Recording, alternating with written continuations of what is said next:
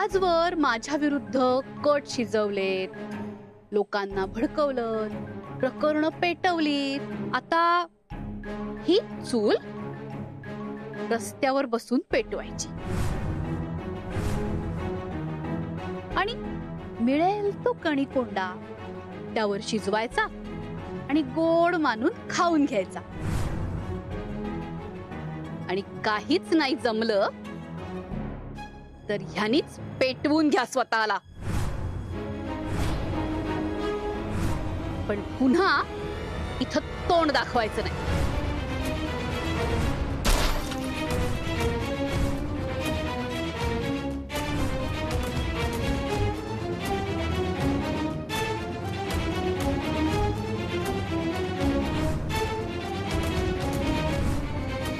आता जी काही गेलेली आबरू झाकायची ना ती याच कपड्यांनी झाकायची. पण पुन्हा आपली दरिद्री अवस्था दाखवायला या चाळीत फिरकायचं नाही. आणि जर फिरकलात ना तर तोंडाला काळं फासेन तुमच्या.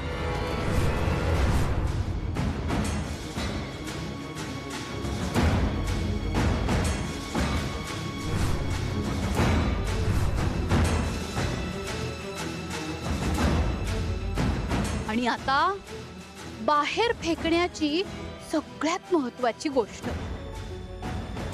जी मी माझ्या हाताने अगदी अंजारून गोंजारून मग बाहेर भिरकावणार.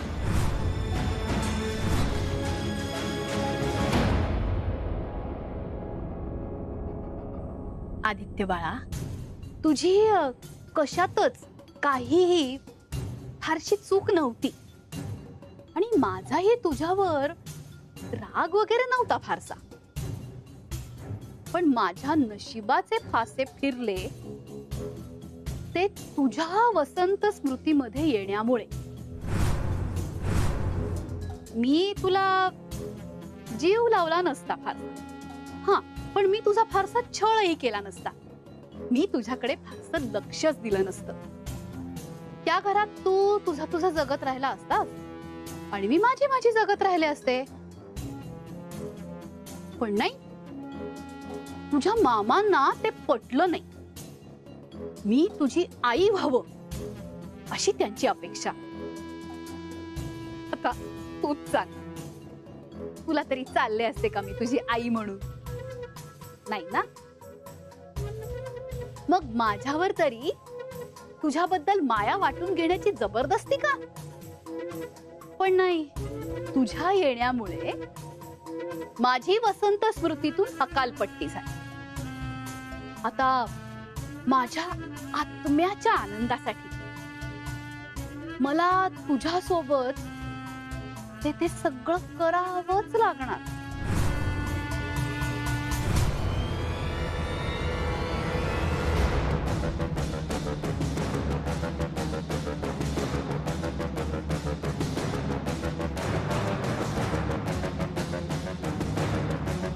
चल, चालता हो इथून.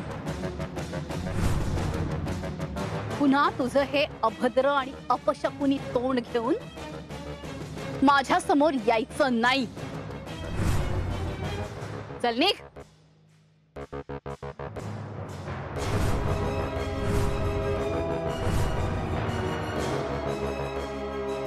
झालं तुमचं समाधान? मिळाली तुमच्या आत्म्याला शांती? तुमचा सगळ्यात जास्त राग माझ्यावर आहे ना? मग आता तो पण राग काढा एकदाचा आणि प्लीज थांबवा हे सगळं. तुम्ही पण आतापर्यंत खूप चुका केल्या आहेत, पण तरी आम्ही कधीच वाईट वागलो नाहीये तुमच्याशी. लग्नात सुद्धा पोलिसांपासून वाचवलं होतं तुम्हाला. ते निरांजन शोधलं होतं तेव्हा जो पैसे देऊन सोडवलं होतं तुम्हाला. तुम्ही खूप खालच्या पातळीला जाऊन वागलात आमच्याशी, पण आम्ही कधीच त्या पातळीला जाऊन वागलो नाही होत तुमच्याशी. तुम्ही म्हणाल ते करायला तयार आहे मी, पण आदित्यला अजून त्रास देऊ नका. पुढचे काही दिवस का होईना आम्हाला या घराची खरंच गरज आहे. आम्ही तुमचे सगळे पैसे देतो, सगळं भाडं चुकतं करतो, पण त्या सुद्धा गोष्टीला अजून थोडा वेळ लागेल. पण तोपर्यंत अजून काहीतरी ऑप्शन असेलच ना ज्याने तुमच्याही मनासारखं होईल आणि आम्हाला सुद्धा या घरात राहता येईल.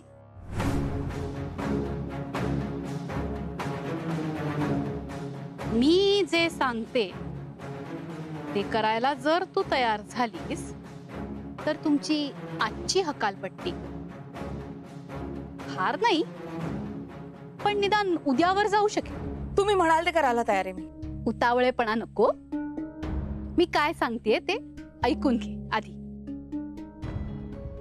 काय झालं, आज मी माझ्या मोलकरणीला काढली, कामचुकारच होती मेरी। ती निघून गेल्यामुळे घरातली सगळी कामं राहिली आहेत, तर आजच्या दिवसापुरती तू माझी मोलकरीण होशील? मी तयार आहे। नाही नाही नाही नाही, संयुगच काहीतरी वेडेपणा करू नको सगळं। अगं हे सगळं माझ्या चुकांमुळे होत आहे आणि त्यासाठी या बाईने माझा खूप अपमान नाही केलाय, मी सहनही केलाय तो, पण तुझा अपमान झालेला मी नाही सहन करणार सई। तू शांत हो, एवढं चिडण्यासारखं काहीच नाहीये त्यात। अरे काय फालतूपणा चाललाय सई, ही बाई तुला कमी लेखतीये, तुला तुझी पायरी सोडायला लावतीये, तुला गुलामी करायला लावतीये तिची। त्यांना काहीही वाटू तर आपण पॉझिटिव्ह राहूया ना। त्यांना माझा अपमान करायचा असला तरी मला तर माझं काम करायचं आहे फक्त, आणि कुठलंही काम छोटं नसतं आधी। लोकांचे उपकार घेऊन खाली मान घालून वाटेल ते ऐकत जगण्यापेक्षा ताठ मानेने घाम घालून कष्ट करून जगूया। वा वा वा वा, असे उच्च विचार हवेत माणसाचे। प्रवचन झालं असेल ना, तर उचल झाडू आणि लाग कामाला।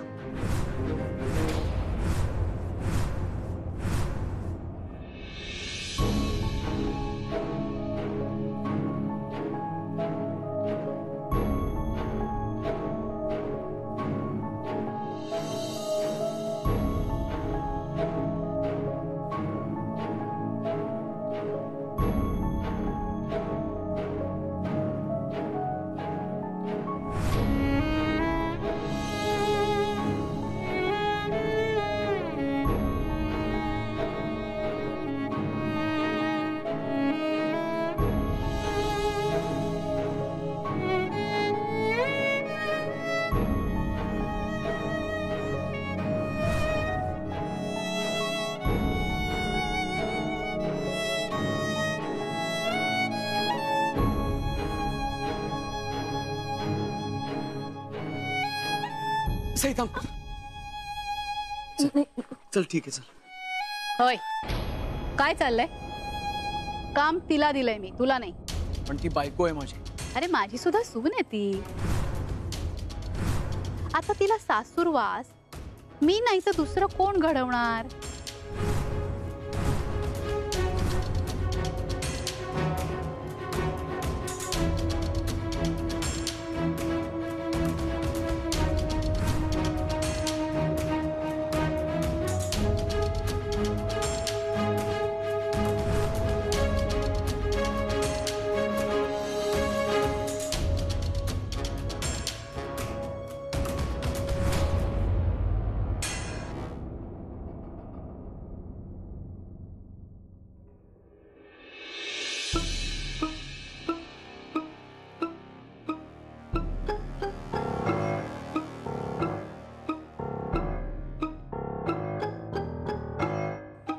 शाबास, खरोखरच मोलकरीण म्हणून काम करायला लागलीस ना, तर काय म्हणतात ते करिअर, उत्तम करिअर होईल तुझं। धुणी भांडी करून मोठमोठे बंगले बांधशील। तुमचा आशीर्वाद असेल तर ते पण बांधेन, पण आता या घराबद्दल बोलूयात का? माझा दिलेला शब्द पाळते हो मी, आडनाव ब्रह्मे लावत असले तरीही। सांगितल्याप्रमाणे आज तू जे काम केलंस त्या बदल्यात आजची रात्र तुम्ही या घरात राहू शकता। एवढंच कशाला, आणखी उपकार म्हणून अजून 2 दिवसांची मुदत देते वाढवून।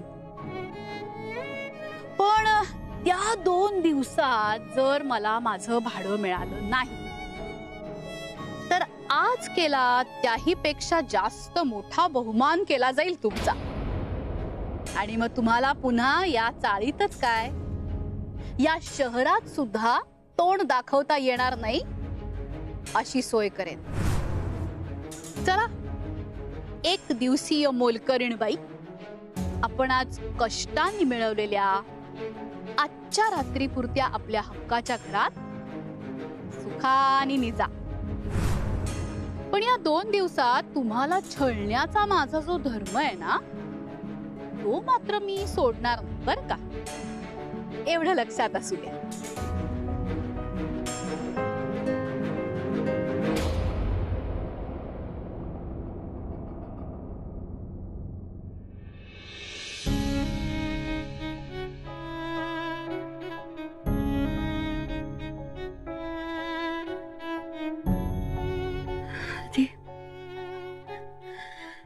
मी तुला म्हटलं होतं ना, कुठलंही काम छोटंच असतं. काम काम असत. आणि आपल्याला गरज असेल ना तर कुठलंही काम करायलाच हवं.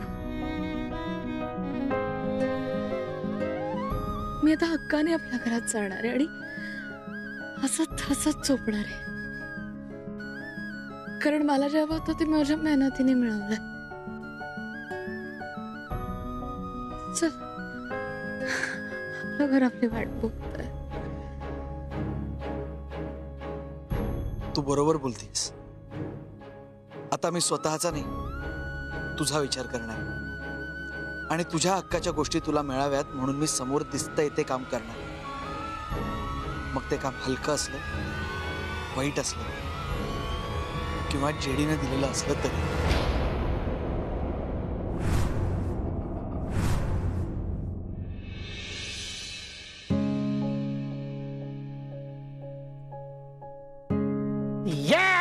भाई भाई भाई चल भाई, आता तुझ्यावर राज्य. चल सांग, ट्रूथ का डेअर. मी नाही सांगणार. यार सांग ना.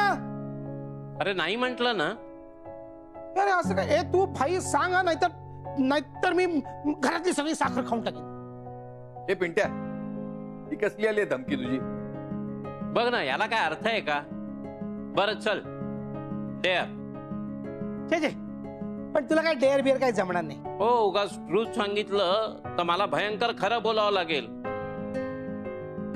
आणि मी जर का खरं बोललो तर घरातल्या काही माणसांना त्रास होईल.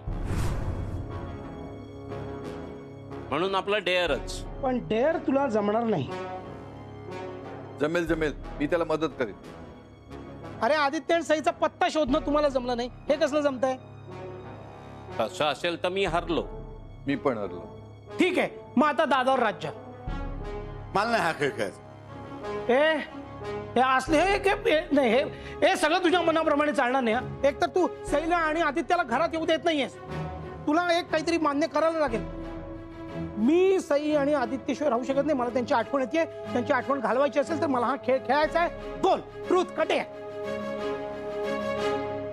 बरं बाबा, ट्रूथ. नक्की? होय. ठीक आहे, मग आत्ताच्या आत्ता खरं सांग की सई आणि आदित्य कुठे आहेत, कसे आहेत आणि काय करतायत?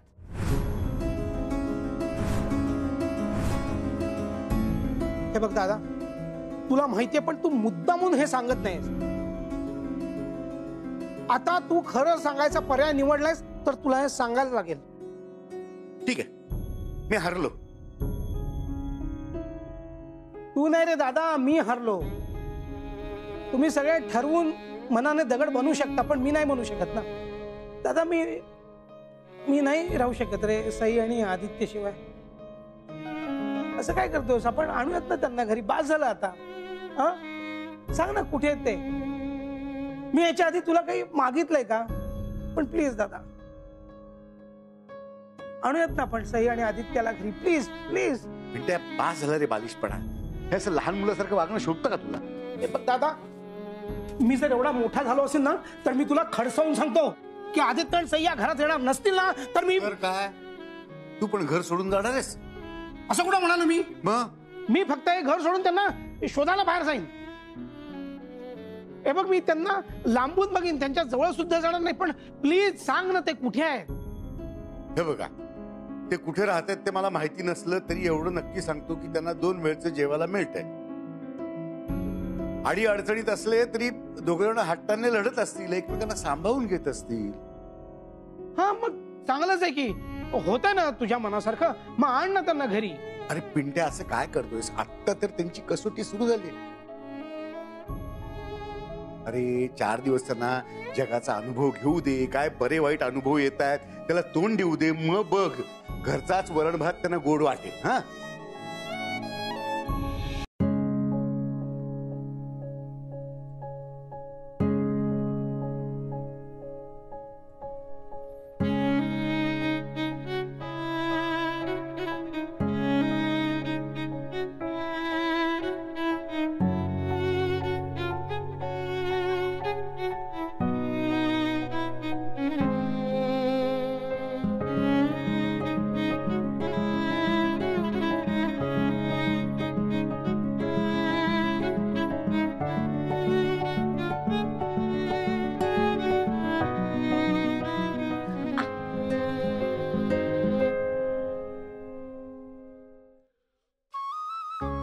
इतकं बरं वाटतंय ना पहिला घास पोटात गेल्यानंतर. वाव.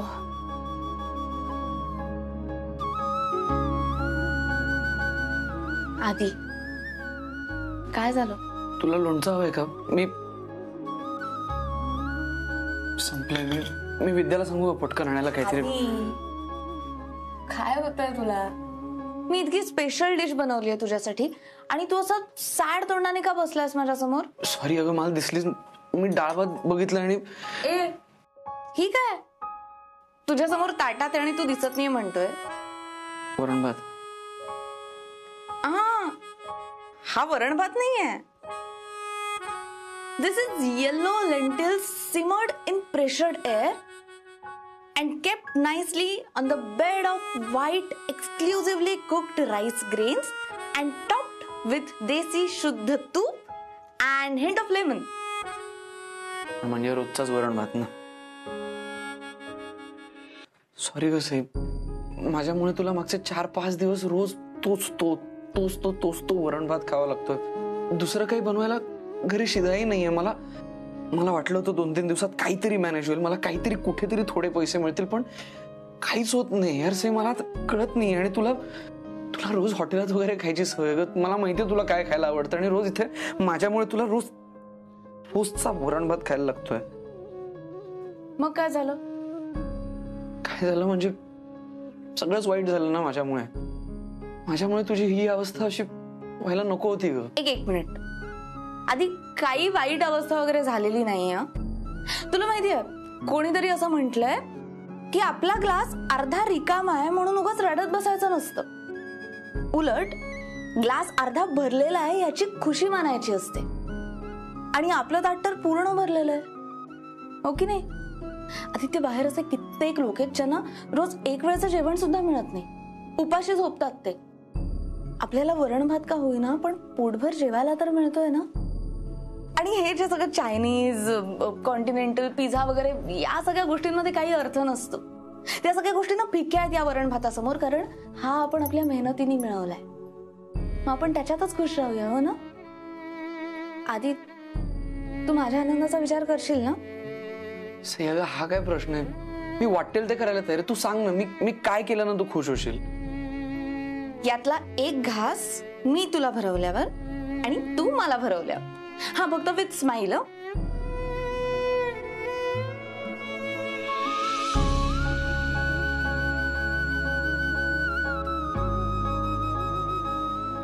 तरी सॉरी ग. आता सॉरी नको ना यार. नाही, मला तू एकदा सॉरी म्हणू दे. त्या बाईने आज तुझ्याकडं काय काय करून घेतलं यार. तुला तुझी पायरी सोडावी लागली, वाटेल ते करावं लागलं, पण आता नाही. आता बस. पण से उद्यापासून ही वेळ येणार नाही. मी येऊ देणारच नाही, कारण मला मार्ग सापडलाय. मला मार्ग सापडलाय आणि मी वाटेल ते करेन. मी सगळे कष्ट घेईन आणि मी पैसे आणेन घरी. से आधी त्याची काही गरज नाहीये. तुला मान खाली चुकवावी लागेल किंवा तुला अपमानास्पद होईल असं काही करण्याची तुला खरंच गरज नाहीये. हे घर टिकवून ठेवण्यासाठी आपण एकत्र प्रयत्न करायचे.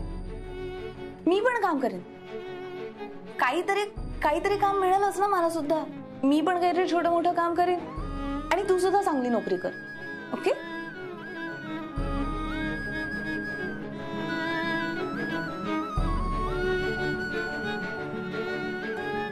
Good boy. तुझा डोका थंड झाला ना की मग माझ्या पायाशी ये, कारण आता माझ्या पायाशी येण्या वाचून तुला दुसरा कुठलाच ऑप्शन नाहीये.